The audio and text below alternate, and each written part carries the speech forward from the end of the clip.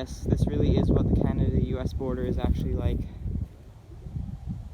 Just a road and a field. And to prove it, you can see an official marker right here. Canada and the United States. So I'm technically in the United States right now, and now I'm back in Canada. So I'll do a solve in 2 countries at once.